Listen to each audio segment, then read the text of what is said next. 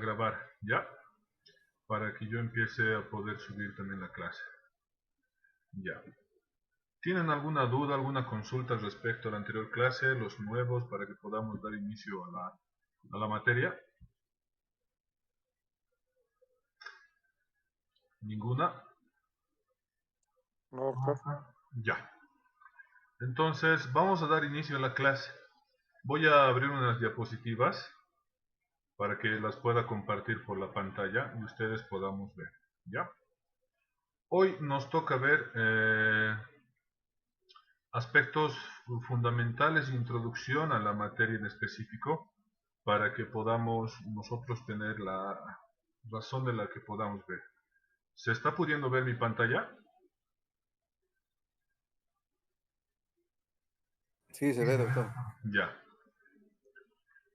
Bueno, como ustedes ya conocen y han podido leer el PGO, la unidad 1 necesariamente tenemos que hablar de los aspectos fundamentales y en este entendido de la introducción al derecho procesal penal. Como les había dicho en la anterior clase, por favor no se preocupen.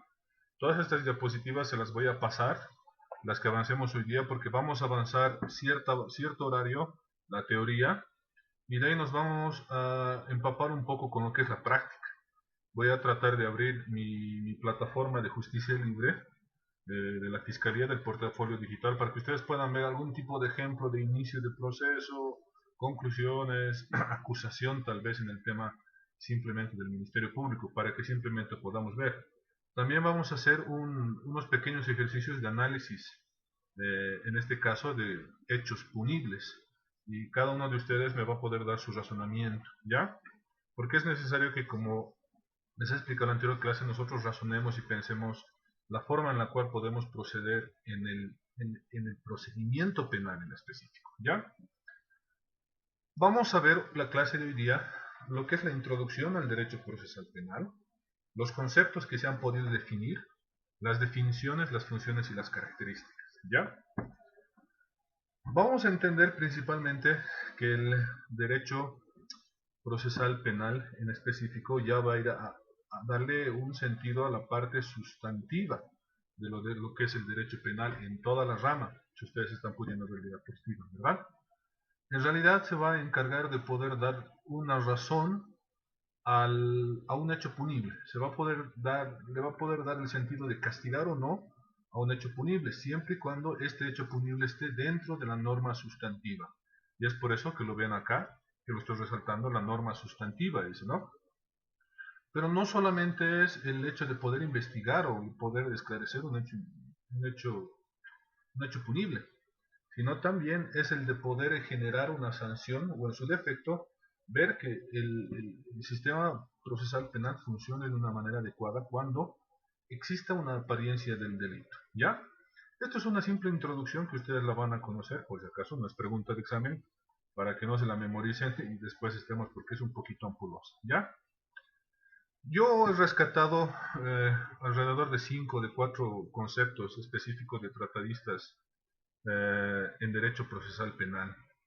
Por ejemplo, Jorge Claria Olmedo nos dice que es una ciencia que estudia sistemáticamente el conjunto de principios, que en específico van a regular las actividades de los entes judiciales para que se cumpla en específico esta escalera de procesos que van a ser la, la razón para que exista el proceso penal.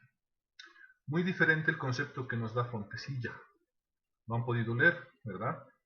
Este concepto nos dice que el derecho procesal penal es la realización del derecho penal.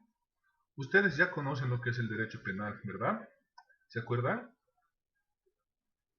¿Sí? No, no se acuerdan. Doctor, Dime, sí, en la anterior clase algo tocamos, que el derecho claro. penal, que se puede decir que es la potestad del Estado, Eso, el jus sancionar. punendi, como más conocido lo tenemos, ¿no? Eso, porque tenemos que refrescarnos todos los días en el sentido en el que es derecho penal, qué es derecho procedimiento penal, porque si ustedes van a salir a la profesión y van a ejercer como abogados penalistas, o en este caso van a ejercer casos penales, tienen que tener mentalizado el por qué existe el derecho procesal penal para darle una razón al derecho procesal penal. Pero vean qué interesante es lo que nos dice Fontecilla. Nos dice que es para la aplicación del derecho penal, para la averiguación de hechos y aplicar las penas. Ya estamos entrando a un punto en el que el derecho procesal penal nos está diciendo el cómo vamos a aplicar este jus punendi del Estado, ¿verdad? Y cómo se va a averiguar un hecho punible para poder determinar la existencia de una pena o no. Si corresponde que el derecho penal actúe con el procedimiento penal dentro de un hecho a investigarse. Porque recuerden que han habido bastantes sistemas dentro del derecho penal. Hoy, como hemos hablado en la anterior clase, bueno, en la actualidad vivimos en un sistema garantista, ¿ya? Este sistema garantista va a respetar específicamente las normas de los hechos en cuanto a la aplicabilidad del derecho penal. Este es uno de los conceptos que a mí personalmente más me gusta, porque va específico al sentido de cómo podemos acatar el procedimiento dentro de la aplicabilidad de la norma. ¿Ya? Oderigo nos dice que se denomina el derecho procesal penal al conjunto de normas jurídicas reguladas por un proceso penal en una forma más amplia. Se considera y comprende también a las normas referentes a la creación, regularización de órganos estatales que intervienen en un proceso penal. También este concepto nos está determinando cómo y cuál es el sentido del procedimiento penal. Pero ahora nos está dando una luz en el específico de los órganos que van a controlar o van a intervenir dentro del proceso penal. Tomen en cuenta que para que exista un proceso penal tienen que existir partes intervinientes, ¿verdad? Vamos a decir una parte que haya cometido el delito, la otra parte que haya sido perjudicada por el delito, nuestro Estado por otra parte y otras entidades u órganos estatales que se puedan configurar como víctimas o en su caso como responsables de la acción penal. Hoy tenemos a una institución muy sonada, por así decir, dentro de las noticias, dentro de todo lo que se conlleva en defensa legal del Estado, como parte interviniente necesaria como órgano estatal que va a formar parte de estos procesos penales. ¿Ustedes saben qué institución es? ¿Sí? ¿No? La Procuraduría. La Procuraduría General del Estado específico.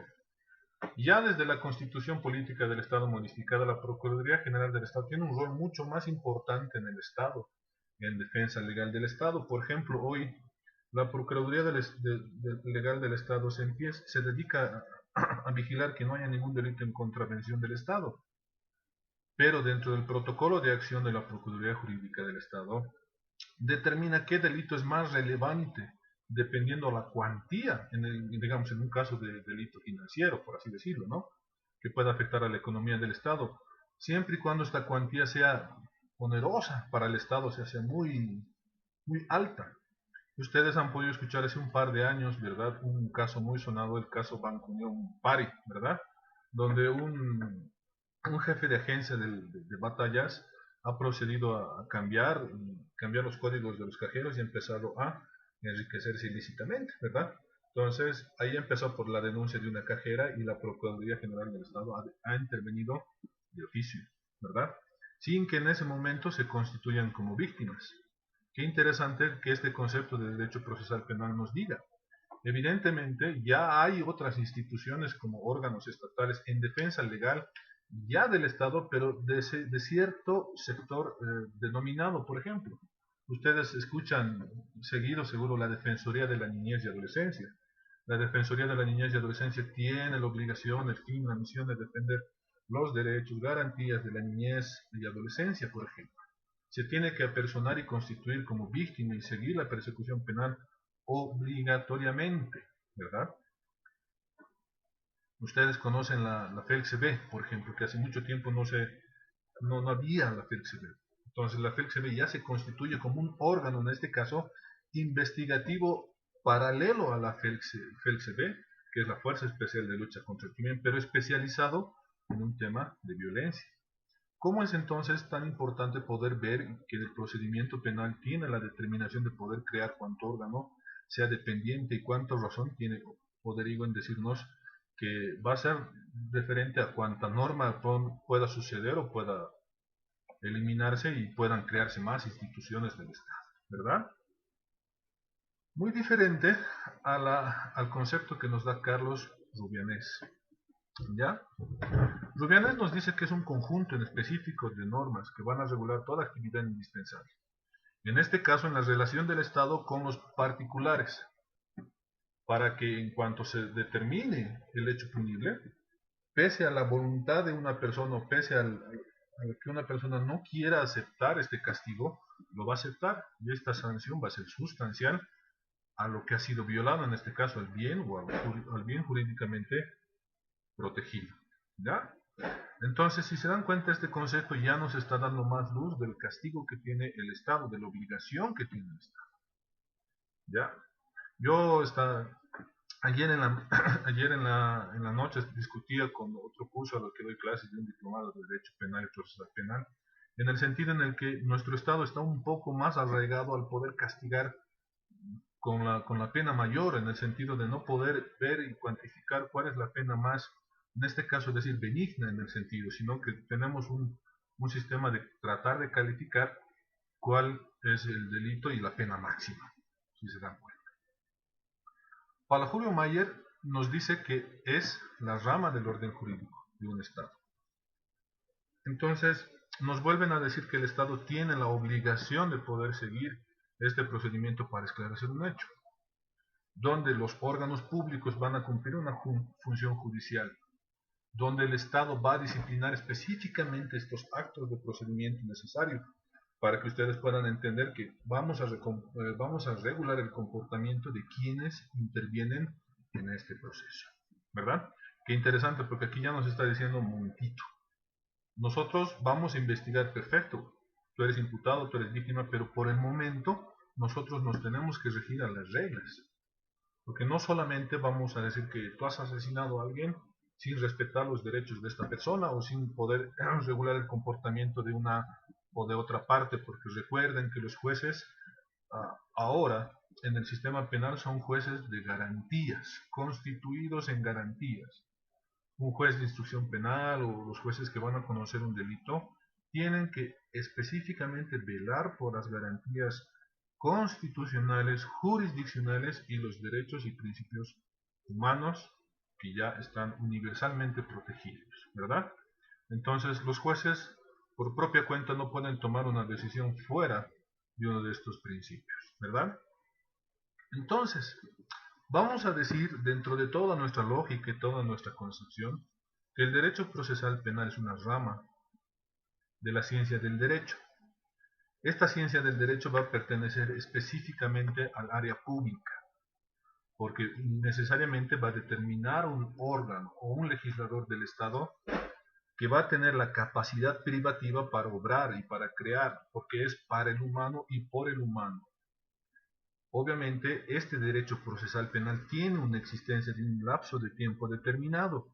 Eso ya lo vamos a ir viendo con los temas que vayamos avanzando, porque cuando se comete un delito no se puede denunciar, dependiendo del tipo de delito, no se puede denunciar pues de aquí a 10 años. Todo tiene un lapso, todo tiene un tiempo determinado para poder activar la jurisdicción penal en este sentido, ¿ya?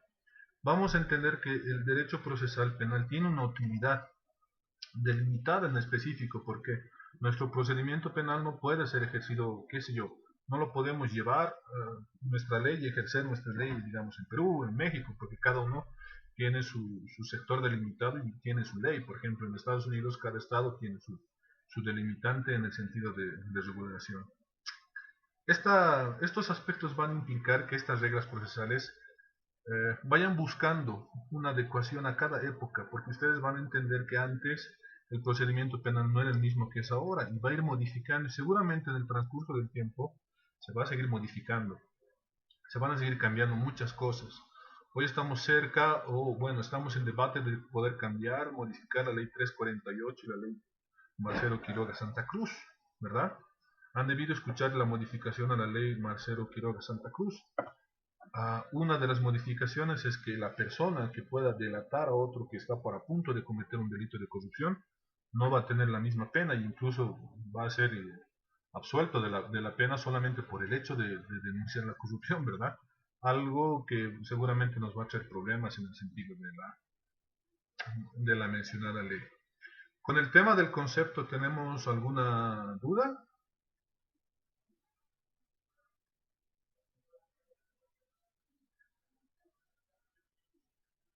Particularmente ninguna. ¿Estamos bien? ¿Nos hemos entendido?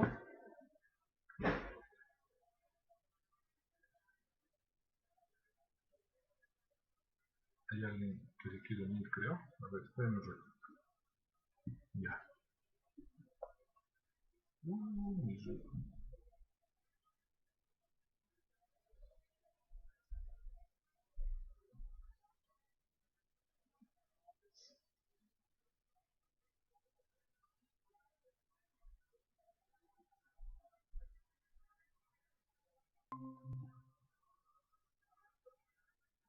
Hola, mil disculpas. ¿Me escuchan?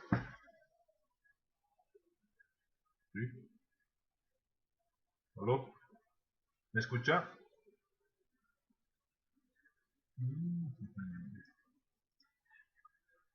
¿Me escuchan?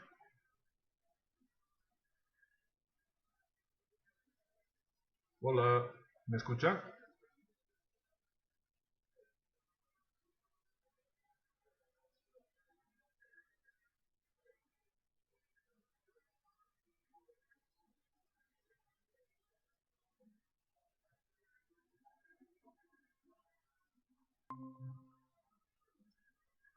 ¿Aló? ¿Me escuchan? Hola. Hola, hola, hola, ¿me Ahora escuchan? sí. Sí, doctor. Mil disculpas, creo que tengo un problema con mi red. Ahora sí. Ya. Vamos a seguir entonces con las diapositivas para que puedan ver. Ahora, qué importante es definir al derecho procesal penal. Esta es una de las concepciones que, bueno, más se ha utilizado y más ustedes van a poder eh, obtener en el sentido de libros y de, bueno, en cuestión de buscar en el internet. Couture nos dice que es la rama del derecho, la rama del saber jurídico, que estudia una forma, en este caso sistemática, por su naturaleza del procedimental, por su constitución, por su desenvolvimiento, por la eficacia y por además del conjunto de normas que regulan el presupuesto del cuerpo jurídico determinado. En este caso, ¿cuál sería nuestro cuerpo jurídico determinado? El Código Penal, ¿verdad? La ley sustantiva. Entonces, este procedimiento es específico en el sentido en el que le va a dar razón al Código Penal, porque si no, no tendríamos razón de que tengamos un Código Penal, ¿ya? Otra concepción que para mí me parece importante, que ustedes la van a encontrar mucho si la buscan. Este tratado, por ejemplo, es muy interesante, lo voy a tratar de comprimir para que lo pueda pasar al grupo, para que ustedes lo puedan leer. Es un tratado muy, muy interesante, claro, es un poquito antiguito, pero es lo que nos ha dado mucha razón, en este caso, a las teorías penalistas colombianas, bolivianas, peruanas, que son casi similares en estos tres estados. Nos dice que el derecho penal es la disciplina jurídica regulada de la efectiva realización del derecho penal. Establece qué principios van a gobernar esa realización para que determine la actividad del órgano, en este caso podemos decir del Estado, o la actividad del procedimiento para actuar de la ley sustantiva, ¿verdad? Entonces aquí, por ejemplo, nos está diciendo cómo debemos actuar cuando una persona comete delito. Por ejemplo, siempre les voy a poner este ejemplo: el que matare a otra persona tendrá reclusión de tanto tiempo a tanto tiempo. Entonces, nos está diciendo, ya, perfecto. Estos principios van a gobernar para la realización de estos órganos. Entonces, ¿quién es el que va a investigar este delito? Principalmente es el Ministerio Público como ente regulador y controlador de la persecución penal pública, ¿verdad? Entonces, este procedimiento nos va a decir que el Ministerio Público tiene que demostrar ahora, en la actualidad, en la fecha, cómo ha matado, por qué ha matado, cuál es el móvil del delito, para poder demostrar y sustentar esta ley sustantiva en específico, ¿verdad? para que después no haya un vacío en la ley en el que nosotros podamos decir no, no se ha calificado bien y más tarde vamos a hacer un ejercicio de un caso específicamente mío para que ustedes puedan analizar y vamos a ver cómo es que se ha calificado y cómo hoy en día, por ejemplo, está de moda y que todos los juristas en penal incidentan excepciones aparte incidentan y plantean excepciones aparte de plantear la nulidad de la imputación formal, insertan un capítulo, una cápita, un antecedente, un derecho de imputación objetiva. Ya se están manejando un montón de sentencias constitucionales con el deber de plantear una imputación objetiva. ¿Ya? En sentido, vamos a decir que la definición más amplia del derecho procesal penal es que es una rama científica, específicamente que se ocupa del cuidadoso y técnico estudio del proceso penal y las normas jurídicas que las desarrolla. Ustedes saben que no solo tenemos el Código de Procedimiento Penal para poder ejecutar un delito, ¿verdad? Hace ya unos años tenemos la Ley 348, la de niñez y adolescencia tiene su propio procedimiento. En la anterior clase les decía, hay delitos tributarios, hay delitos de provisión social, por ejemplo, que también tienen su propio procedimiento en cuanto a la aplicabilidad del derecho procesal. Si se dan cuenta, entonces no solamente es una norma la que nosotros podemos especificar, evidentemente el Código Procesal, el Código de Procedimiento Penal nos va a dar la razón. Nos va a decir, se los he mandado, ¿han podido descargar el código que les he mandado en el chat?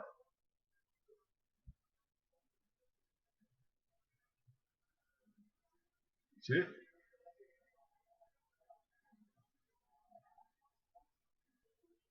Hola, ¿me escuchan?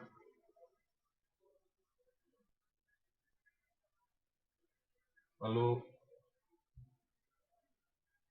¿Me están escuchando? Perdón.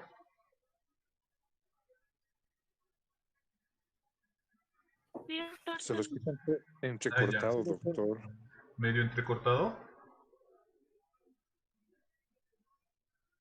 Sí, se pierde un ratito la señal y su imagen. Oh, ya, ya, qué problema. A ver, vamos a ver. Mover esto acá. Ya. ¿Me escuchan bien ahora?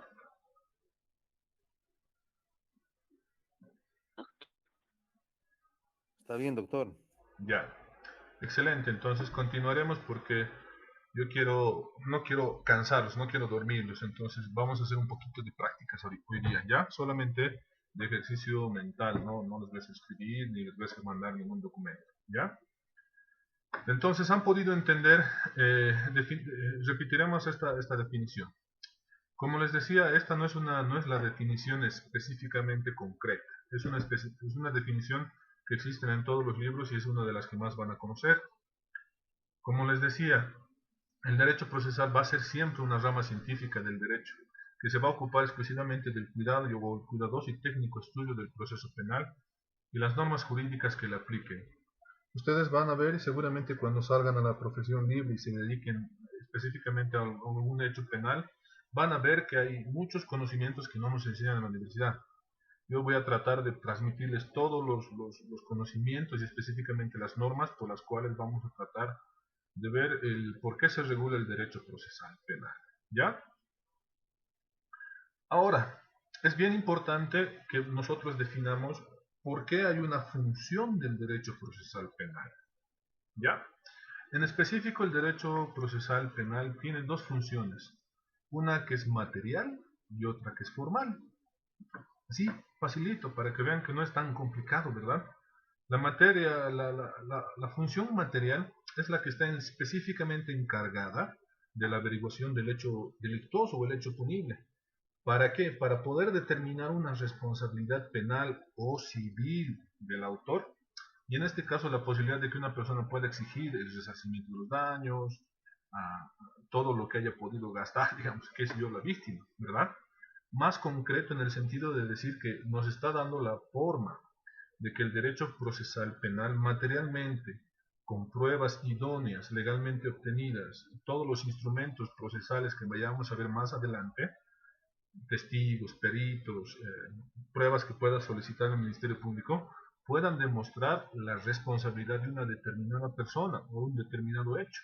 ¿Cómo se puede atribuir si este derecho es más sancionable, esta responsabilidad, o en su defecto tiene que resarcir un daño? Casi la mayoría de los delitos tienden a tener un resarcimiento de daño, como la anterior vez Rafaela nos preguntaba en qué queda, porque a veces se dicta sentencia condenatoria o absolutoria en delitos, pero siempre esta sentencia, cuando tiene valor de cosa juzgada, se remite a un juez de ejecución penal. Los jueces de ejecución penal tienen su propia ley, tienen su propio lineamiento y su reglamento de cómo ejecutar la pena, ¿verdad? Calificar en este caso el resarcimiento del daño, calificar en este caso cómo va a ser la situación procesal de las partes después de la sentencia ejecutoriada, ¿verdad? Entonces, ¿cómo es importante la función material del derecho procesal penal? Por ejemplo, el tema de la ejecución penal, a mí nadie me lo ha enseñado cuando yo estaba en la universidad. La he tenido que aprender a patadas, ¿verdad?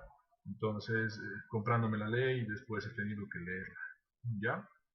Pero poco a poco vamos a ir avanzando y yo también les voy remitiendo esas leyes al chat para que ustedes puedan tener ese conocimiento y si tienen alguna duda me la vayan a preguntar, ¿ya? La función formal en específico va a estar destinada a cómo técnicamente, procesalmente, se van a respetar los derechos de las partes en específico, ¿no?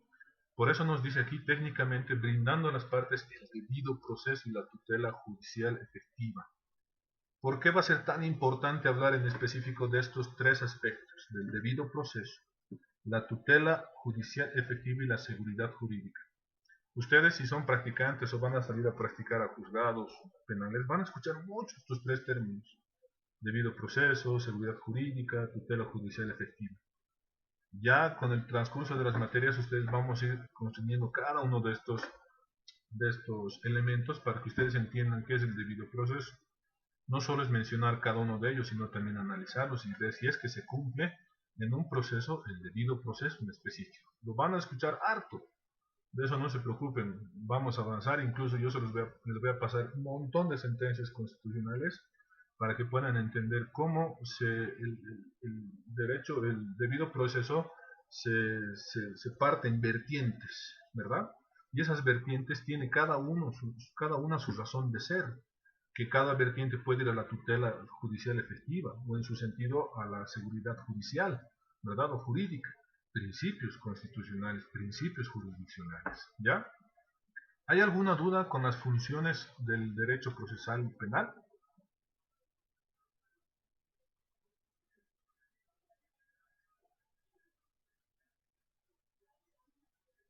¿Ninguna?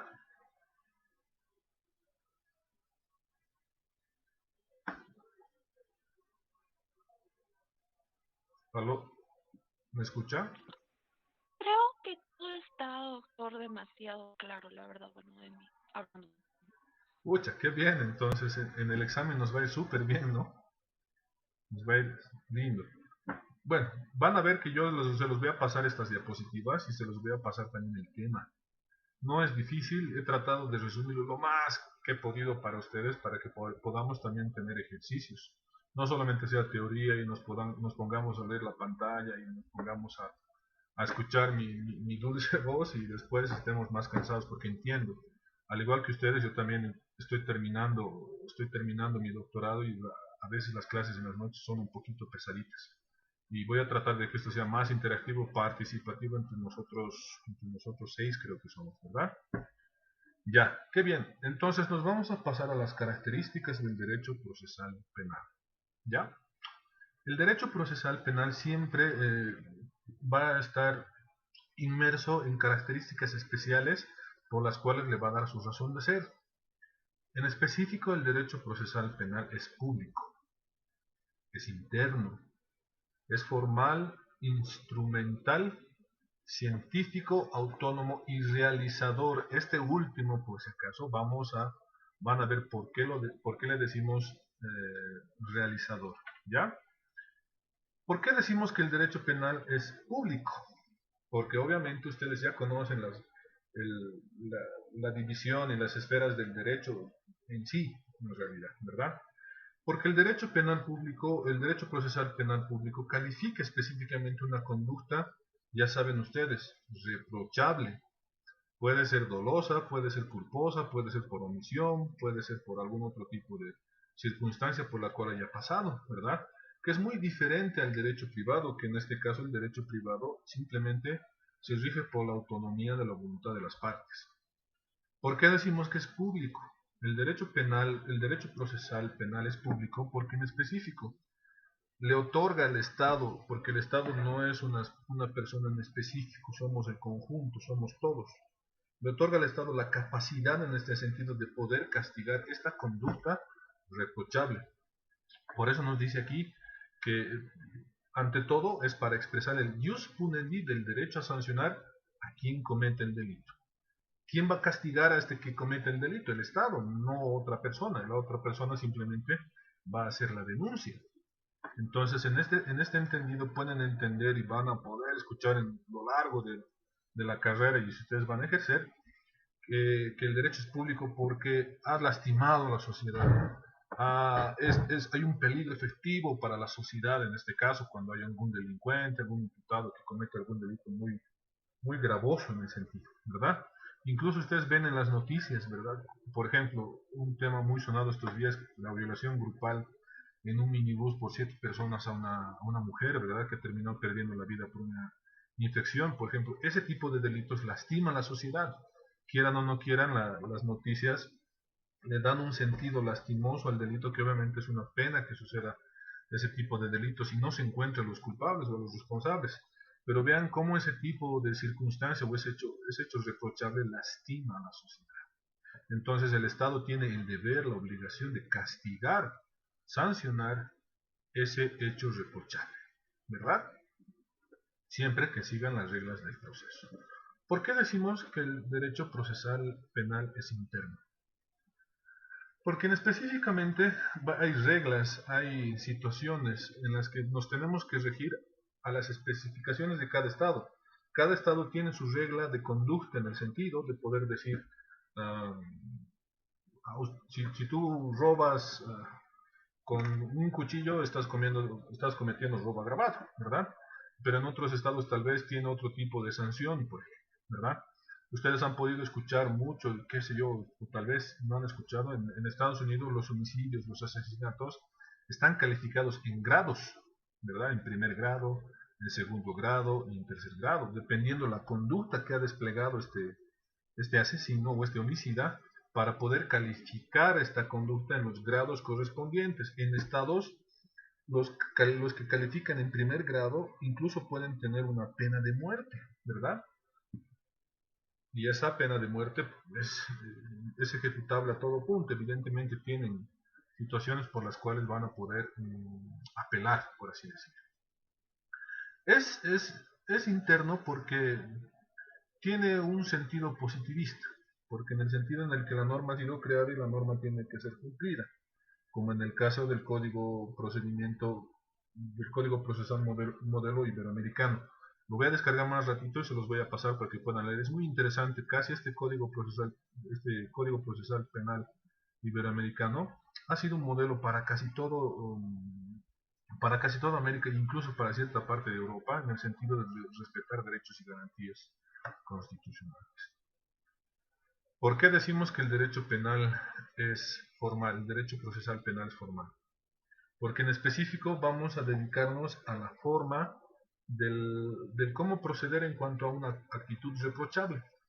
¿Por qué? Porque tenemos una ley sustantiva, tenemos una ley que nos califica una conducta que ha vulnerado un bien jurídicamente protegido. Entonces, nosotros no podemos hacer un procedimiento sin seguir las reglas. Entonces, tenemos que respetar la forma y el contenido de lo que tenemos cuando vamos a aplicar la ley.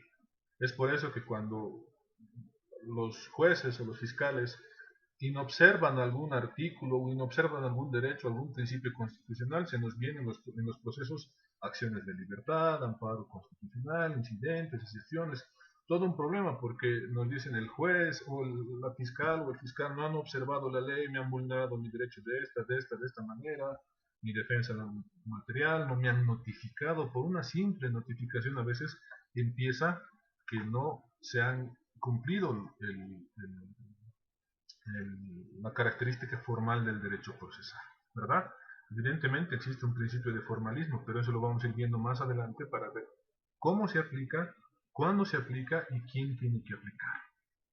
¿Por qué decimos que es instrumental?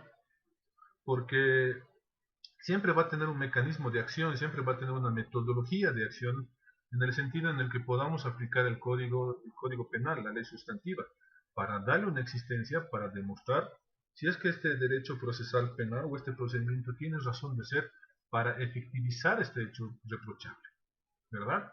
Momento, entonces ahí tenemos una aplicabilidad de decir, momento, ¿cómo se inicia? ¿Cuál es el mecanismo necesario? ¿Cuál es el instrumento que yo necesito para empezar una causa penal? Porque después, más adelante, vamos a ver cómo se pueden iniciar un proceso penal y las diferentes formas en las cuales inicia. Evidentemente, ustedes conocen que puede ser por denuncia, por acción directa, ya. Lo vamos a ir desmarañando todito eso, ¿ya? Es científico porque siempre va a utilizar técnicas o ramas anexas en las cuales podamos determinar algún fundamento o alguna situación por la cual este proceso tenga un distanciamiento, no solo empírico, no podamos decir, se ha colectado la pistola y se ha disparado 5 balas, sino le demos una razón científica. Yo he puesto el sentido de las conquistas sociales, no porque yo pertenezca a un partido, sino porque en estas conquistas se han hecho mucho énfasis en los derechos y garantías constitucionales y jurisdiccionales. Antes, el que tenía que comprobar que era inocente era el imputado. Imagínense si alguien era inculpado falsamente, imagínense si alguien era denunciado falsamente, esta persona cómo iba a conseguir los recursos, las pruebas necesarias, cuando todo el sistema penal estaba en contra de él. Se dan cuenta, era muy castigador en el sentido. Hoy en día el que tiene la carga de la prueba es el que acusa, la víctima o en este caso el Ministerio Público, ¿verdad? ¿Por qué decimos que es autónomo? Siempre van a escuchar que el derecho procesal penal, tanto como el derecho penal, tiene carácter independiente, pues no puede estar dentro de otra rama o puede tener un carácter mixto con otra ciencia del derecho, con otra realización. Por eso muchas veces cuando se denuncia y entra a plataforma del Ministerio Público, el Ministerio Público dice, esta denuncia puede ser tratada por otras instancias específicas. El derecho penal es de última ratio, entonces como hay otras cuestiones pendientes, qué sé yo, por ejemplo, civiles, yo como derecho penal no puedo intervenir porque tengo una característica autónoma e independiente. Este problema o este conflicto entre partes lo tiene que resolver otra jurisdicción, que en este caso podría ser la civil, ¿no? Dependiendo en el sentido en el que se pueda aplicar o se pueda denunciar. ¿Ya? Ahí tengo dos autónomos. Realizador. Esta es muy importante, por favor. ¿Por qué? Porque el realizador nos va a dar la forma en específico en el cómo se va a desarrollar el proceso penal. Vamos a partir del comienzo, ¿verdad? ¿Cómo va a comenzar? Vamos a irnos a un proceso ordinario, ¿verdad? Comienza a denuncia de parte, el Ministerio Público acepta esta denuncia penal y el Ministerio Público tiene la obligación de poner en conocimiento el inicio de investigaciones a la autoridad jurisdiccional, en este caso al juez de control de garantías. Le informa al juez de control de garantías que se está iniciando una causa penal bajo la probable comisión de un delito específico, ¿verdad? En este caso, el juez acepta y el juez le va a decir a este director funcional de la investigación, que es el Ministerio Público, tú tienes un determinado tiempo durante esta etapa para poder seguir el inicio de las investigaciones. Es decir, son 3 etapas en específico en un proceso penal. La etapa preliminar, la etapa preparatoria y la etapa de juicio propiamente dicha. ¿Ya? En la preliminar, el Ministerio Público tiene que recolectar los indicios suficientes para sustentar la probabilidad de autoría de una persona o de a quien le están inculpando el delito. O en su defecto tiene el tiempo determinado para demostrar que este hecho no se ha cometido. En el primer caso, si demuestran que existe la probabilidad de la comisión de un delito, el Ministerio Público va a imputar por la probabilidad de autoría de un delito. Si no imputa, emite rechazo. Y en el rechazo nos va a decir, no existen los elementos necesarios para que yo como Ministerio Público pueda imputar a una persona por la probabilidad de un delito. Y ahí se acaba en este caso, en el rechazo. Obviamente hay otras instancias que las vamos a ir hablando después. Pero en el primer caso, si es que imputara formalmente, se abre la etapa preparatoria, ¿verdad? En el que en esta etapa no se está debatiendo y no se va a debatir la culpabilidad de nadie, porque estamos hablando de una presunción de probabilidad de autoría, ¿verdad? Entonces, el juez de control de garantías tiene la obligación de que se respeten los derechos de la víctima, del imputado y de las partes intervinientes. Se va a determinar si es necesario en el desarrollo de esta etapa que el encausado pueda guardar detención preventiva, domiciliaria, pueda tener libertad pura y simple, ¿ya?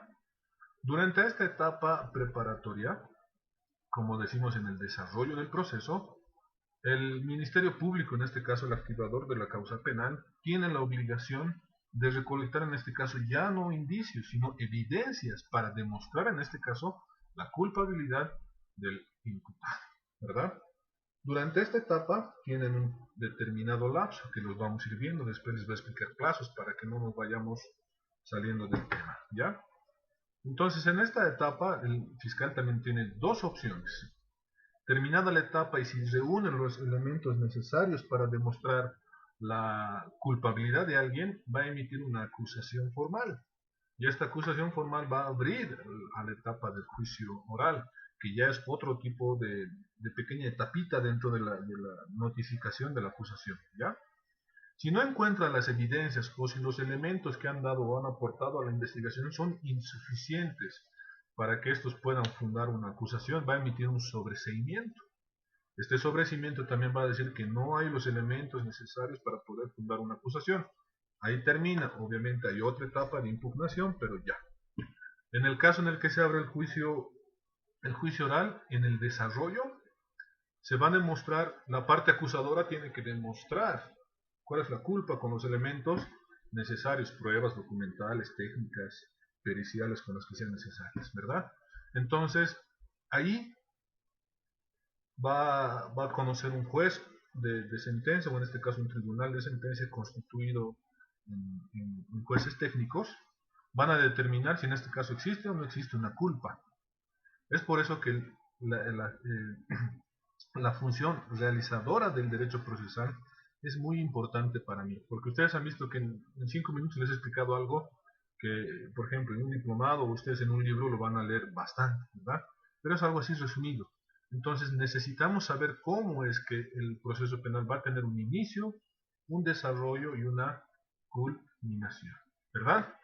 Entonces es importante. ¿Por qué? Porque de este principio, de esta función realizadora, nace toda la naturaleza del derecho procesal penal. ¿Ya? Le he puesto continuará porque de este tema tenemos todavía la segunda parte, que la tenemos que llevar a la segunda clase. ¿Ya? Según el PGO. ¿Tenemos alguna duda con lo que acabamos de ver?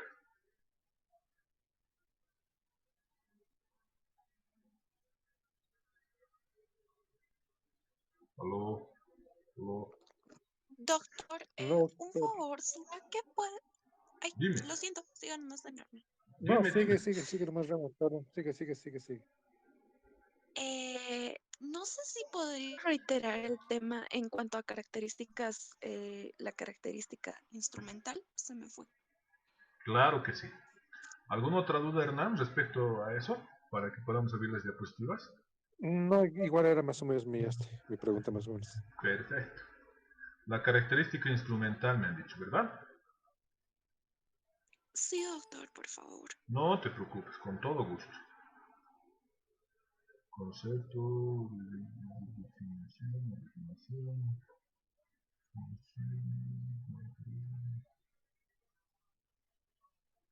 Acá está. Ya. Le vamos a dar una leyita. Dice que sí se ve en mi pantalla, ¿verdad? O dejo de compartir. ¿Se ve, no? Sí, se ve. No, doctor. ¿No se ve en mi pantalla? No, o por lo menos yo no la veo. Mil disculpas, sí, he dejado de compartir justo. ¿Ahora sí se ve? Sí, doctor, ahora sí. Ya, mil gracias, muchas gracias, mil disculpas. Hemos dicho que la característica instrumental resulta del mecanismo necesario para la aplicabilidad del derecho, la aplicación del derecho penal sustantivo. ¿Qué es el mecanismo del derecho penal sustantivo en este caso? Nuestro mecanismo para el derecho penal sustantivo, para no ser, digamos, muy vueltero, el derecho penal sustantivo es el código penal, ¿verdad? Entonces, vamos a decir que el derecho procesal penal es el instrumento o el mecanismo para aplicar el código penal, ¿ya? ¿Por qué?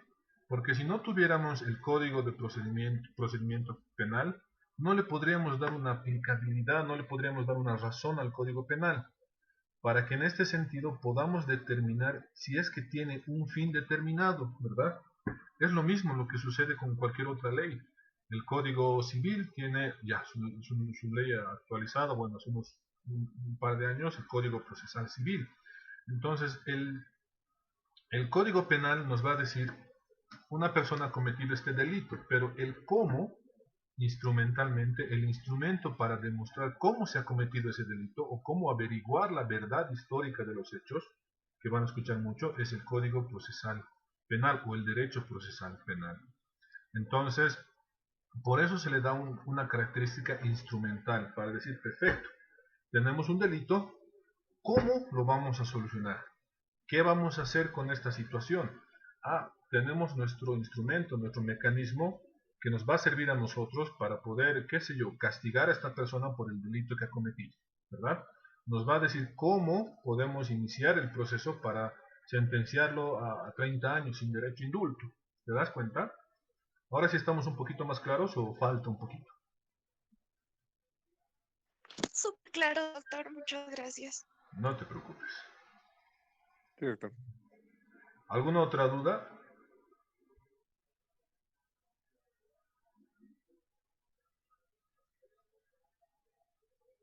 ¿Ninguna? ¿Sí? ¿No? Me voy a sentir triste. También, ¿no? Ya. Si se han dado cuenta, ese es el avance casi de la mitad de nuestro primer tema, ¿ya? Es un poco moroso, yo sé que es un poco ampuloso hablar de doctrina, pero he tratado de resumirlo lo más que pudiera. Se los voy a pasar para no decirles estudien de tal libro, de otro tal libro, para que ustedes tengan un libro así gordo o 3 libros así para que ustedes lean todos los conceptos que ya hemos pasado. La mayoría de las diapositivas estás del tema, ¿ya? No hay mucho que dar vueltas y los exámenes también van a ser de las diapositivas o del tema en específico que no voy a sacar de ningún otro lado por si acaso para que no piensen que los he sorprendido como me han venido ayer en el diplomado, que les hago preguntas que no están en el plan, pero lamentablemente sí están en el plan, las cosas que no han leído, ¿verdad? Pero como les digo, no van a tomar y no van a tener sorpresas por mi parte. Siempre y cuando lean, el examen les va a parecer súper facilito. ¿Verdad? Que han visto que hasta ahora no hay nada difícil, ¿no? Porque pónganse que yo les ponga la característica instrumental del derecho procesal penal, ¿no? O yo les voy a poner la pregunta como el contenido y ustedes me dicen si es la característica instrumental. Se han dado cuenta que no es difícil, ¿verdad? ¿Qué les parece si empezamos a hacer ejercicios de análisis? ¿Sí? ¿Estamos despiertos?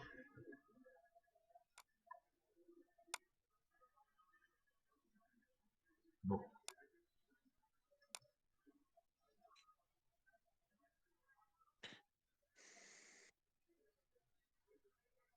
¿No están despiertos? ¿No están esperando Estamos despiertos, doctor, pero es para, difícil empezar. para festejar el, el Día de la Patria? Ya. Antes de entrar a las prácticas, porque vamos a leer otras diapositivas y ahí cada uno me va a dar su opinión por si acaso, ¿ya? Por ejemplo, ustedes ya han podido leer el Código Penal, calculo, ¿verdad? cuando ya han tenido su anterior materia. Si no era derecho penal, era doctrina penal, ¿verdad? ¿Ustedes creen, ustedes piensan que para el delito de lesiones, bueno, lesiones graves y leves en este caso, que es el más bajo de las graves, existe tentativa?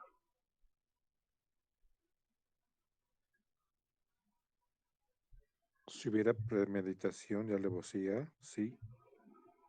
Ya. ¿El delito de lesiones es de resultado o de producción? De producción. Es de resultado. Entonces, Ujú. no habría tentativa en lesiones, porque en este caso tendría que ser calificado por amenazas, ¿verdad? Porque aunque sea alguien le dé un puñete a alguien o un rascazo, ya le genera una lesión, ¿verdad? Entonces, ustedes saben que tentativa es... ¿Qué es la tentativa? ¿Se acuerdan? Está en nuestro artículo 8 del Código Penal. Tienen su código, ¿verdad? O yo le doy una lectura si no. La tentativa nos dice que el que mediara, mediante actos idóneos e inequívocos, comenzara la ejecución de un delito y no lo consumare por cualquier cosa ajena a su voluntad, será sancionado con 2/3 de la pena. Entonces, ¿se dan cuenta que podría existir tentativa en lesiones?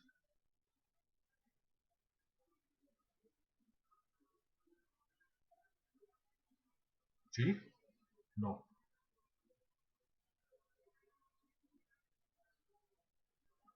¿Verdad?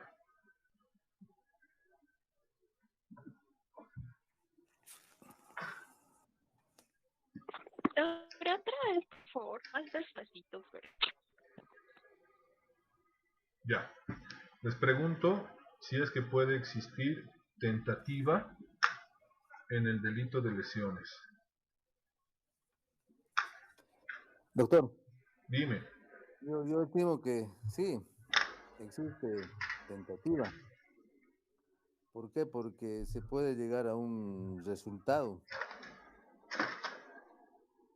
Eso, tienes razón, pero no existe tentativa en delito de lesiones. Como les digo, tendría ya que ser amenazas, porque como al ser un delito de resultado, en específico, si tú, ¿cómo podrías hacer una tentativa de lesiones a alguien? A ver, vamos analizando todos eso. ¿Qué piensas, Mari?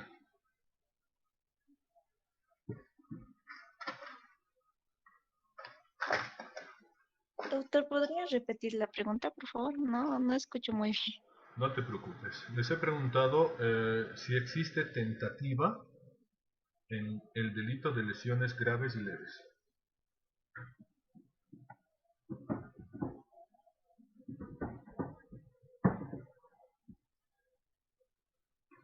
No se preocupen. Matando aprendemos, ¿no ve? Como mi primer cliente lo he hecho sentenciar a 30 años, y bueno, como dice, arruinándose se aprende, ¿no?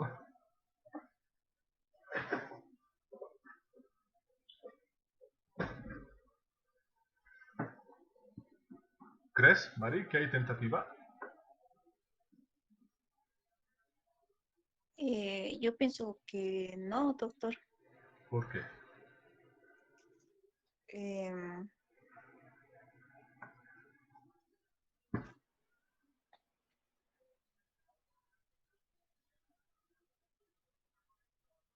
mm, Lo que pienses, no te preocupes, no necesito que sea un análisis así jurídico. Estamos practicando, recuerden. Para mí es muy importante la práctica, muy importante el razonamiento, porque como les digo, no solo es leerles la ley del Código de Procedimiento Penal y todas las vertientes, todo eso, porque ustedes van a aprender eso y bueno, les voy a pasar todo eso en cuanto a la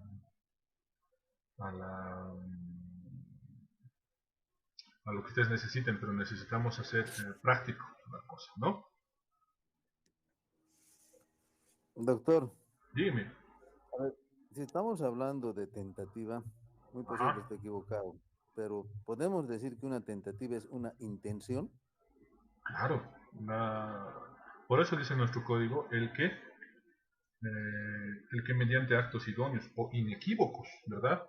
Estos actos idóneos van a constituir siempre un hecho reprochable, siempre van a constituir un hecho reprochable, ¿verdad? Que comience la ejecución de un delito. Es necesario que para que haya tentativa, comience la ejecución de un delito, ¿verdad?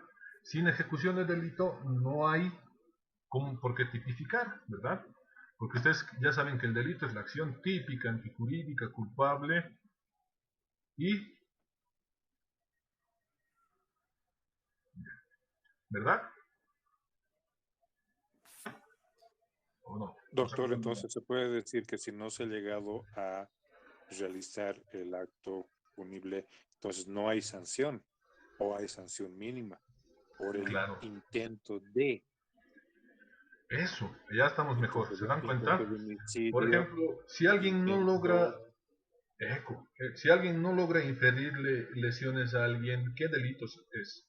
Pero ustedes están viendo que está intentando pegarle, está intentando lastimarle, pero no logra lastimarlo, no logra lesionarlo, por así decirlo. pero el solo hecho de haber intentado ya tiene una penalidad. Ajá, Intento de violación tiene una penalidad.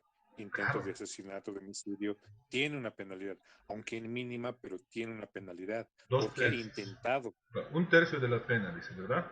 Pero para calificarlo por lesiones, tiene que haber producido una lesión que puede haber estado compatibilizada por un certificado médico forense, ¿verdad?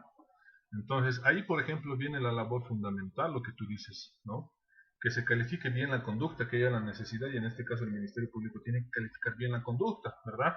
Porque si vamos donde un juez de control jurisdiccional nos va a decir tentativa de lesiones, perfecto, ¿y dónde están las lesiones? No se han producido porque lo han detenido, ¿verdad? Ha venido la policía y lo ha detenido. Ah, ya, perfecto. Entonces ya se ha constituido en un acto más propio a otro delito, por así decir, ¿verdad? Entonces, no es que yo trato más de irme al lado del imputado, pero ustedes como abogados tienen que razonar porque van a ejercer defensa para las víctimas, para abogados, para el Estado, para personas que no tienen. Entonces, tienen que, ¿por qué? Y tienen que poder analizar bien el sentido, ¿verdad? En ese caso, entonces, se debe adjuntar, doctor, en la demanda o en la denuncia, no estoy correcto, el certificado médico forense debidamente por el IDIF, ya que no sé si estoy mal de que otro certificado particular no comprende como prueba tácita para el juez. El único, sí, en eso tienes razón, Hernán. El único certificado que tiene validez en cuanto a días de impedimento y en cuanto a lesiones producidas es el certificado médico forense, porque el IDIF es el único, bueno, el IDIF y el IDCUP son los únicos institutos reconocidos que tienen un valor legal de pleno hecho y de pleno derecho los documentos que los emiten, ¿verdad? En eso tienes toda la razón. ¿Ya? Voy a compartir mi pantalla, vamos a empezar a ver unos ejercicios para que nosotros podamos empezar a hacer un poquito de práctica, ¿ya? Creo que es este primerito. No, no sé si es este primerito.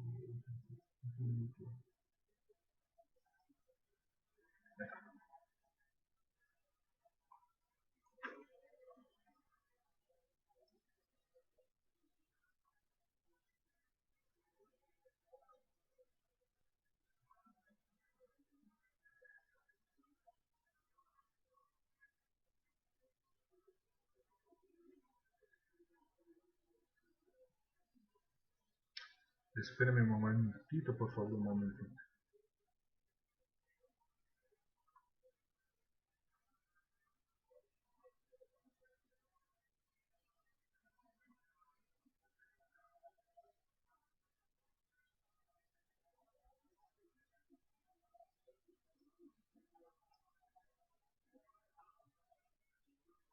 Ahora sí, voy a compartir mi pantalla, ¿ya? Yo les comento, a modo de hacer un poquito de charla, yo he tenido un cliente hace un par de meses que en estado de ebriedad ha procedido a ir a la casa de una persona que le debía dinero, ¿ya? En estado de ebriedad.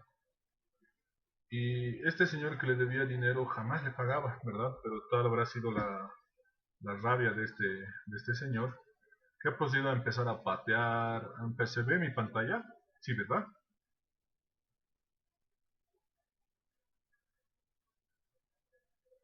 Sí, doctor. Ya.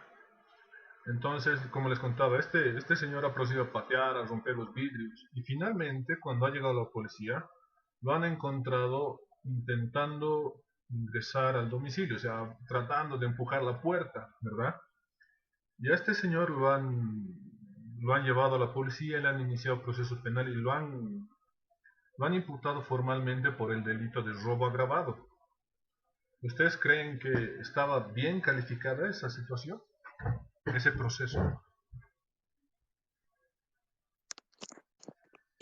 Doc, porque si estaba intentando ingresar al domicilio, sería allanamiento a domicilio. Eso, exacto, ¿verdad? Entonces ahí se van a dar cuenta que no había una objetividad en la imputación, ¿verdad? Porque cuando ha llegado la policía a él no lo han pescado con nada en sus manos, robando, lo han pescado empujando la puerta. Evidentemente podría haber existido un delito, como dice Rafaela, allanamiento. Lo hemos pescado queriéndose entrar.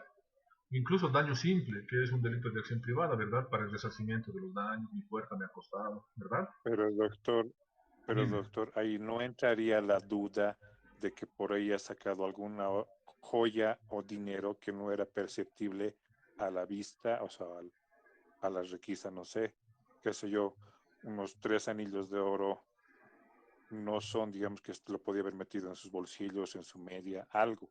Claro. Ahí no hay la duda. Mira, Hernán, para ese sentido tendrían que haberle encontrado en sus bolsillos o en su pertenencia algún bien propio que no es de él, ¿verdad? Y que la otra parte haya denunciado como perdido, como robado, como extraviado, ¿verdad? Porque para que exista robo agravado tiene que existir ciertas características, ¿no? Tiene que existir violencia, por ejemplo, ¿verdad? Para que una persona obtenga algún otro bien de alguna otra persona que no le pertenece. Pero si en este caso, por ejemplo, cuando ha llegado la policía, él estaba intentando entrar al domicilio, y obviamente tienen razón, en la requisa no le han encontrado nada, no hay algún elemento que pueda demostrar que él estaba hurtado, ha robado con agravantes, no pueden calificar un delito de robo agravado, ¿verdad? Porque tendría que mediar una de las circunstancias para el robo agravado para poder calificarlo y en el sentido en el que le hayan encontrado con alguna pertenencia que no es suya, ¿verdad? Ahora, tienes razón, porque podría existir una duda razonable, es decir, él en estado de ebriedad no se debe ni acordar qué ha hecho, por ahí más antes entraba al domicilio, ¿verdad? Pero aquí tiene mucho que ver la carga de la prueba. ¿Quién tiene la carga de la prueba y demuestra lo mejor? Obviamente va a ganar en el proceso penal, sea el imputado sea la víctima, ¿no? Si la parte demandante o si la parte víctima demuestra, tal vez con videos, ¿no? Solamente un ejemplo, que este señor ha sustraído esas 3 joyas de oro, por ejemplo, ¿verdad? Ah, entonces ha utilizado la violencia para abrir la puerta para poder ingresar al domicilio y robar. Pero ahí ya depende de quién tiene la carga de la prueba, ¿verdad? Porque en el derecho penal no vamos a suponer que haya sucedido algún hecho, ¿verdad? Siempre vamos a tratar de materializar la presunción de una culpabilidad en el delito, pero con hechos, con evidencias que demuestran que existe la posibilidad de que a la persona que se le está imputando un delito pueda ser culpable. ¿Ya? Voy a pasar. Doctor, Dime. en el caso que estamos tocando, a ver, como bien si podemos considerarlo un allanamiento, yo considero que prácticamente no ha habido la consumación de la acción, ¿sí? Porque puede haber la intención, como bien se puede decir, de querer entrar y quererse apoderar de cosas de valor, Ajá. pero al ser interferido antes de que se consuma la acción, entonces prácticamente no se puede llegar a juzgamiento de un robo agravado, Exacto. lógicamente. ¿A ustedes les han enseñado la teoría de la subsunción, el descarte y el desglose de los delitos penales? No, ¿Les han enseñado? no, doctor. Ya. Uy, qué problema. Ya. La subsunción, el descarte y el desglose es como ustedes van a leer un delito y van a calificar la conducta o van a adecuar la conducta de una persona. La subsunción es adecuar el hecho, el acto de la persona específicamente en la narrativa del delito, ¿no ves? el que matare. Entonces esta persona se está subsumiendo en este delito, ¿verdad? Porque hay un montón de delitos y hay que subsumir esta conducta. El descarte es específicamente lo que nos decía Marco hace rato, ¿no? Marco nos decía, no se ha consumado el delito de robo agravado porque específicamente no ha habido las circunstancias, ni los medios, ni los mecanismos para demostrar un robo agravado. Entonces ahí descartamos la subsunción de este tipo penal en el robo agravado, por ejemplo. Y el desglose es plantear la figura, porque ustedes saben que ya los delitos nos dicen una persona en específico. Hay un solo delito que no habla solamente de personas, ¿verdad? Que ustedes ya lo vamos a ir viendo en un futuro, que hoy está muy sonado, ¿verdad? Por ejemplo, con la ley, con el tema de los animalitos, de los perritos, ¿verdad? Cuando un perrito muerde a alguna persona, la persona que se hace responsable es el propietario, pero en este caso es una persona a la que le echan, bueno, no es persona, sino es el animalito en directo, ¿verdad? El desglose es adecuar ese tipo de la subsunción o el descarte en el tipo penal. Tenemos un sujeto, ¿verdad? Este sujeto va a ser el sujeto activo. El que matare ya tenemos un hecho, un acto, ¿no ve?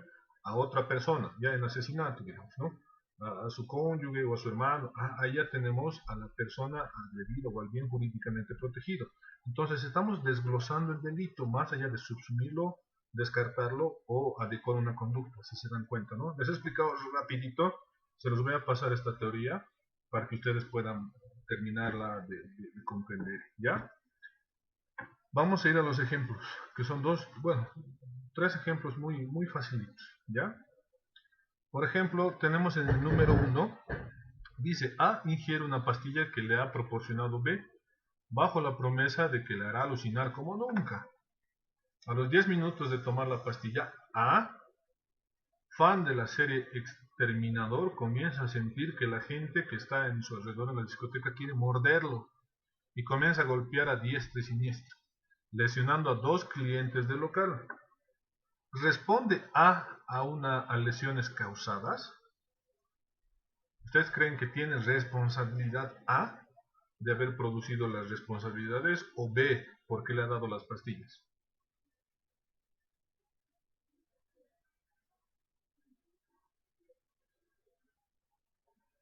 El que le ha proporcionado la pastilla con tal efecto, pero no sé si estoy bien. No era farmacéutico como para decirle que iba a tener tal efecto. Ajá. Excelente. ¿Alguna otra opinión?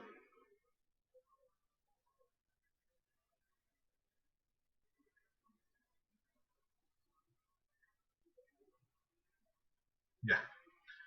A tiene responsabilidad porque él sabe que está consumiendo una sustancia prohibida, ¿verdad? En este caso una droga. Pero B también tiene responsabilidades, pero porque B no sabía que A iba a ocasionar o sabía que A era fan, digamos, de Exterminador, iba a morder o iba a empezar a alucinar, iba a golpear a todas las personas, ¿verdad? Entonces B no va a tener una responsabilidad propia en el hecho de las lesiones, pero sí, como nos decía Hernán, en el tema del ejercicio indebido de la prole, ¿dónde ha conseguido? Inclusivemente puede ser traficante, ¿se dan cuenta? Ambas personas tienen una relación y una responsabilidad penal en este caso. ¿Ya? El segundo nos dice A es una persona dependiente del alcohol. Lleva 72 horas sin consumir alcohol. Sufre un delirium tremens en su tercera fase, la más peligrosa. Durante este episodio sufre alucinaciones consistentes en que salen cientos de insectos de una maceta de la habitación del hospital donde ingresa. Presa del pánico, arroja una maceta por la ventana, causando graves daños en el en el coche aparcado bajo la ventana. ¿Responde penalmente a los daños causados? ¿Qué piensa? Doctor, desde mi perspectiva no, ya que el hecho de estar en incapacidad mental también deviene a una incapacidad jurídica y por ende no es sujeto. Excelente, Rafael. ¿Alguna otra opinión?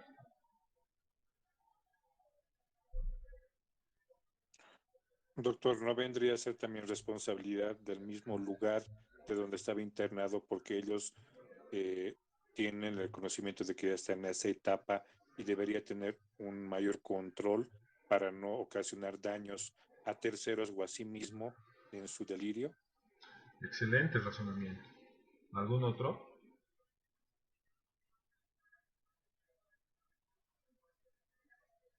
Ya.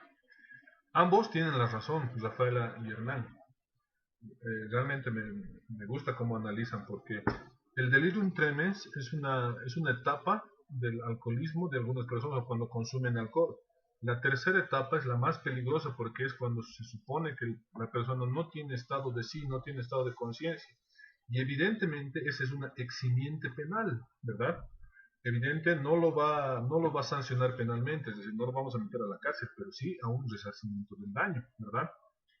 Hernán también tiene razón al decirnos que puede que haya una responsabilidad por parte de los administradores del lugar donde estaba, porque no han tenido el cuidado de que, sabiendo que hay pacientes que pueden tener estos episodios, tengan objetos o situaciones por las cuales vayan a pasar.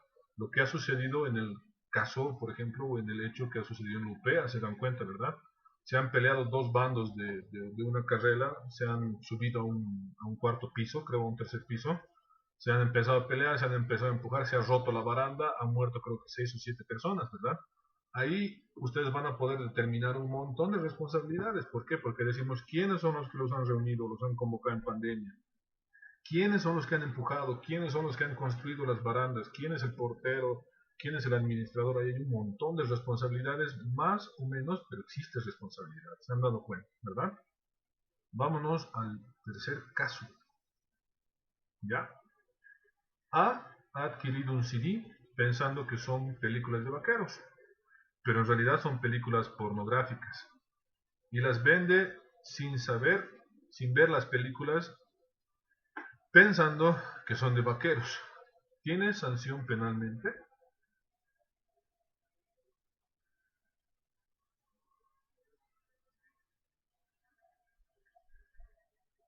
¿Qué piensan?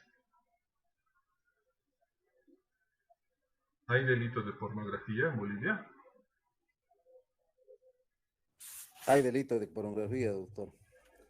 Nadie puede distribuir, propagar o publicitar o poner en conocimiento público la pornografía, porque como les decía hace rato, lastima a la sociedad por el hecho de que incluso en estas pornografías pueden salir menores de edad, hechos que lastiman a la sociedad. Pero si no sabía que eran películas pornográficas. Doctor, de mi punto de vista, el hecho de que no sabía no es un justificativo, digamos, porque cuando usted va a poner algo a la venta, tiene que cerciorarse de lo que está vendiendo para no causar daño, justamente. Se puede presumir de su inocencia, ¿sí? Pero juzgándolo de buena fe. Exacto, porque nosotros sabemos que no hay desconocimiento de la ley, ¿no ve? No podemos decir desconocemos la ley, ¿no ve? No podemos decir no sabía que era delito vender una película que pensé que era de vaqueros y decir pornográfica, ¿verdad? Con este ejercicio vamos a darnos un respiro y vamos a darle un poquito más de pensamiento, ¿ya? Este ejercicio nos va a hacer pensar en cuanto a la calificación de un delito y cómo vamos a poder pensar que se puede proceder, ¿ya? Nos dice, en un ajuste de cuentas, X dispara a varias personas y en específico contra Y, causándole graves heridas y es trasladado al hospital. Muere a consecuencia de la incorrecta aplicación de la anestesia a momento de realizarse la intervención quirúrgica de emergencia. Vamos a poner la pregunta. ¿Por qué delito se realiza la investigación y contra qué personas? Les he puesto las respuestas por si acaso. A. Dentro de un mismo proceso se inician las investigaciones únicamente contra el anestesiólogo por el delito de homicidio culposo. B. Se inician las investigaciones contra X por el delito de lesiones gravísimas previstos en el artículo 270 del Código de Procedimiento Penal y se realiza una investigación contra el anestesiólogo por el delito de homicidio previsto en el artículo 251. C. Dentro de un proceso se iniciarán las investigaciones contra X por el delito de tentativa de asesinato previsto en el artículo 252 y contra el anestesiólogo por el delito de homicidio culposo. O D. Se inicia investigaciones en contra de X por asesinato, artículo 252 del Código Penal, y contra el anestesiólogo por el delito de homicidio culposo en el artículo 260. ¿Cuál piensan que sería la respuesta?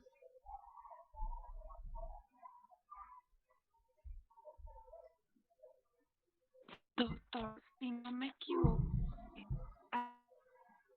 bien, pero no se puede sancionar o ves una persona por lo mismo. Perdón, Rafaela, te escuché entrecortado.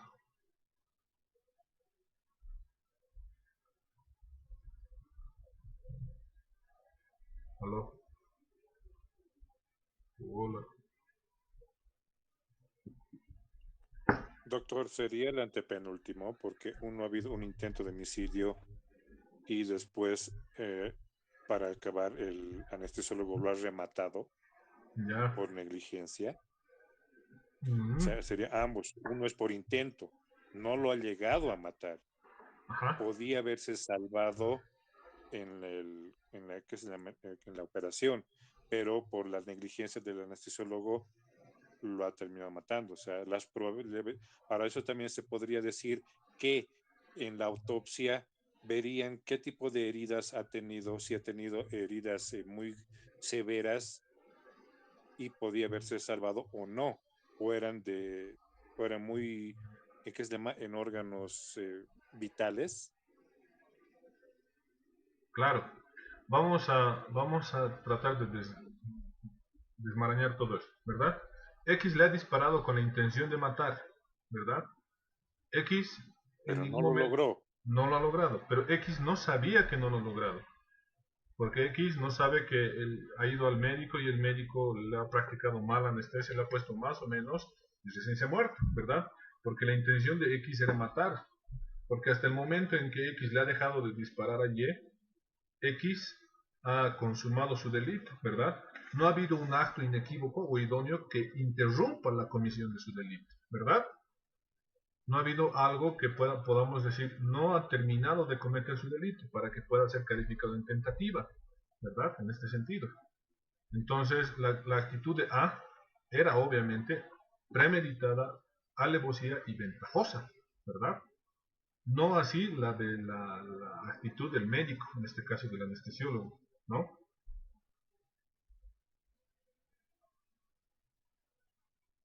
Pero ha sido intento de, ya no lo ha conseguido, pero el anestesiólogo ha hecho mal mala praxis. Claro. Ahora, por eso, uno no lo ha intentado, pero no lo ha logrado. El otro, por así decir, en su mala praxis lo ha rematado. Pero el que ha intentado matarlo puede decir, pero yo lo he herido en el brazo, no lo he herido en el pulmón o en un órgano vital. Claro, ¿verdad? Pero tú O te sea, das esa cuenta. sería mi posición. Esa sería mi posición como defensa, decir, ya, lo he intentado matar, o sea, lo ha disparado, pero no lo ha matado, ha sido tentativa. El que ha sido responsable también ante esto. Ahora, por eso le decía yo, en la autopsia se puede verificar qué daño ha causado los disparos. Claro, pero para tú demostrar una tentativa, Hernán, tienes que demostrar que ha habido un acto idóneo, por así decirlo, que ha interrumpido el delito. De X mejor, ¿verdad? En este caso, si nos ponemos a analizar, podemos decir, ha sonado las sirenas de la policía, o la gente lo ha detenido, lo ha hecho asustar. Pero eso ya es subjetivo, estamos entrando a calificar una conducta que no sabemos, porque en la consulta X no sabía que ha muerto en el hospital, ¿verdad? Porque como dice, era un ajuste de cuentas, y en el ajuste de cuentas, los ajustes de cuentas tienen la tendencia a lograr el fin, es matar a la persona por la cual tienen que tener un tipo de venganza, por así decirlo, o un tipo de reprochabilidad, ¿no? Si se dan cuenta es un poco complicado porque está bien, Hernán, tu criterio, está súper bien. Pero ¿cómo Doctor, demostramos? Dime, Marco. ya, a ver, aquí es bien importante tener en cuenta la situación de intención. Partamos del principio. ¿quién tuvo la intención de asesinar al sujeto? El que ha disparado, ¿verdad? X, ajá. ¿Sí? Ahora, según el que ha disparado, para él estaba muerto, ¿verdad? Ahí está la intención de matar. Pero como no ha sido así, ha llegado el individuo al hospital. Y lamentablemente dentro de ese proceso, en un hospital, cada profesional asume su responsabilidad. En este caso específico, el anestesiólogo, ¿sí? Se lo puede juzgar por negligencia médica, digamos. Pero ahí no hay intención. No hay intención en esa Podemos situación. decir que el médico se lo puede juzgar por un delito por comisión, digamos, ¿no? No ha tenido la Claro. intención. Está muy bien. Miren qué interesante los dos criterios que tienen, me parece muy importante. El criterio que tiene Hernán y el criterio que tiene Marco, ¿verdad? Siempre que, ya cuando vayamos a las materias, el que tiene mayor carga probatoria va a ganar, ¿verdad? ¿Qué pasa si es lo que nos dice real Hernán? Digamos, si la autopsia nos dice que ha muerto por las heridas de las balas, y aunque le hubieran puesto la anestesia correctamente igual, nomás hubiera muerto. Otra cambia la figura, ¿verdad? Ya no sería tentativa, ya sería asesinato. O en sus defectos nos dicen, podría haber sido salvado si es que el médico le hubiera practicado bien la anestesia. Ahí ya tenemos otra figura, se dan cuenta, ¿verdad? Bien interesante, ¿no? Nuestros trabajos prácticos van a ser específicamente resoluciones de casos así, ¿ya? No, yo se los pongo los artículos para que ustedes eh, puedan leer las situaciones por las cuales podamos determinar. Lo que yo necesito en sus trabajos es el razonamiento de ustedes, lo que han hecho hoy día, por ejemplo, ¿verdad? Eso es lo que me interesa. Van a tener los trabajos que son estos, son preguntas así. Para cada parcial van a tener esas preguntas y obviamente ustedes las van a copiar, las van a pegar, las van a colgar en la plataforma, ¿verdad? Porque si les pongo un trabajo de investigueme qué es el derecho procesal penal como una monografía, los voy a aburrir, los voy a crecer. ¿Ya? Más o menos así vamos a ir haciendo ejercicios prácticos todas las clases, todas las semanas, para que no solo sea teoría y empecemos a tratar y ustedes entren a su materia de derecho forense penal ya pues bien tigres, ¿no? Bien parados, con pies de plomo, ¿verdad? Para que ustedes puedan tener ese conocimiento. Y después, y ojalá podamos llevar con derecho procesal forense penal conmigo, para que podamos llevar un expediente entero, ¿ya? ¿Tienen alguna duda, alguna consulta, alguna sugerencia, algo que quieran decirme? Doctor, al final, ¿cómo sería su percepción del caso que se ha planteado del X al Y y que el médico La lo ha terminado de percepción. rematar? ¿Cuál me has dicho que era tu respuesta? Bueno, la mía era, bueno, Marco dijo, la C, con la mía, ¿verdad? de que podía haber sido heridas leves. Ya. Ya, y el médico que es llamado por mala praxis, lo ha matado. Ajá. Pero yo como defensa, yo asumiría como defensa, las heridas no han sido en órganos vitales. Ajá. En vez de que lo condenen a 30 años, por así decir, le consigo una condena de 15 años. Ya. ¿Cuál sería lo que usted, bueno, usted sabe más, digamos, o sea, cuál sería su percepción? ¿Quién tendría más culpa ahí? Les voy a pasar ¿El que intentado o el médico?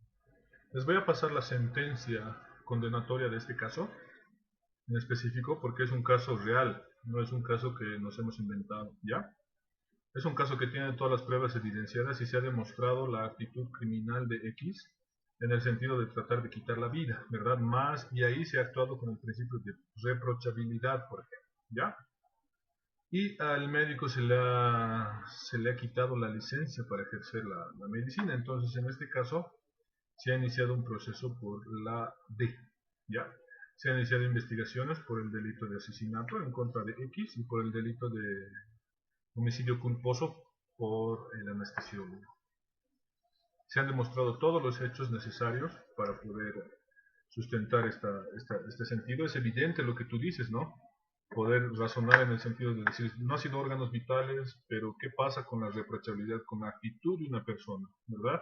Más allá de poder decirte que se han demostrado antecedentes de X, se han demostrado antecedentes de diferentes situaciones por las cuales ha sido un ajuste de cuentas, ¿verdad? Sería interesante que voy a sacar las fotos de este caso y ustedes puedan ver cómo ha terminado este caso, ¿verdad? Hemos defendido, yo he sido parte del equipo jurídico de la víctima y hemos logrado una sentencia condenatoria, por ejemplo. Su ciudadano X era un colombiano. Ustedes ya saben que las personas a veces son avesadas, ¿verdad? Y no ha mostrado un grado de arrepentimiento, por ejemplo, en este caso. Gracias, doctor. Doctor, Dime. a ver, en esto que estamos debatiendo en lo último, hagamos de cuenta que usted está de juez, ¿sí? Y nosotros somos las dos partes. Yo creo el planteamiento que yo le indiqué justamente es a lo que está usted queriendo que nosotros en la sentencia debe ser lo que está por decir usted, que aquí ha habido una intención y ese tiene que ser el juzgado, porque ya tenía una Claro. intención de asesinato planificada, porque ahí empieza la acción, cuando se planifica y se la ejecuta, ¿sí? Mientras el anestesista no ha entrado en ese ámbito, ¿sí? Como yo le decía, ha sido una negligencia, un descuido, entonces tiene Pero es menor lo que dicen imputabilidad. ustedes. Es lo que dicen ustedes.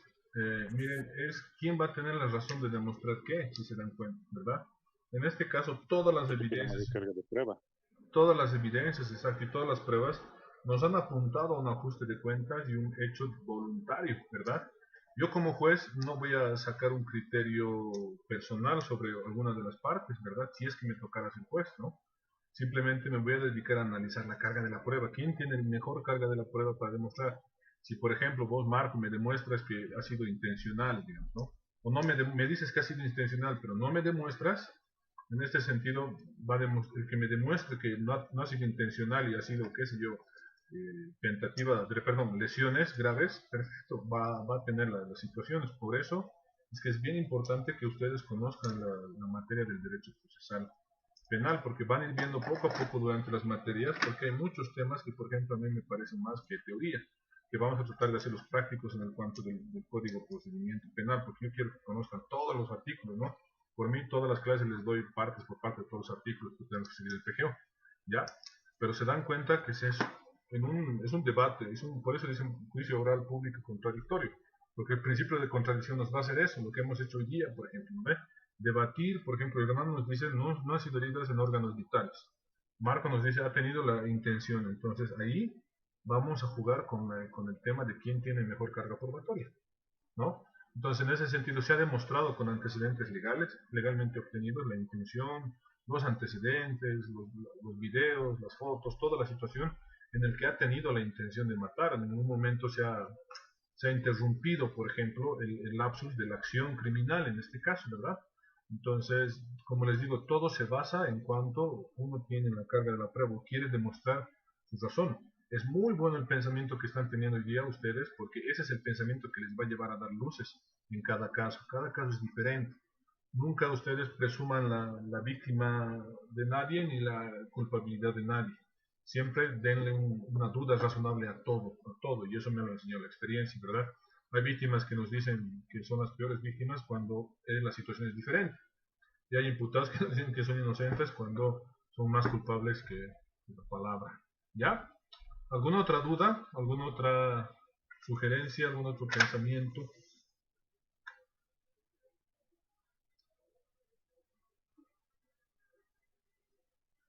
¿Ninguno? ¿Están despiertos? Sí, doctor, todavía. Pero ninguna duda. Pero va a ser interesante. Como Porque les como digo, quien quiero dice, llegar a una audiencia de medidas cautelares. Hagamos lo posible.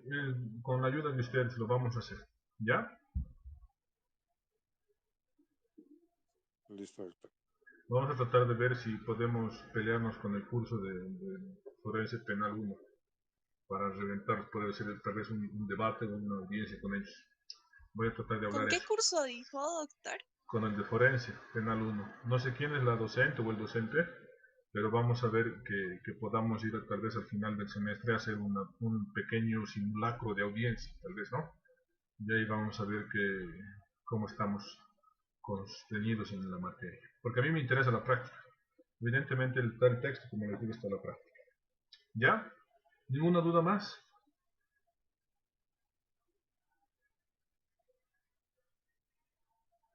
Nada. No, doctor. Ya. Me despido, que tengan muy buenas noches, que pasen un feriado muy, muy lindo. No festejen mucho. Mañana es Día de la Patria.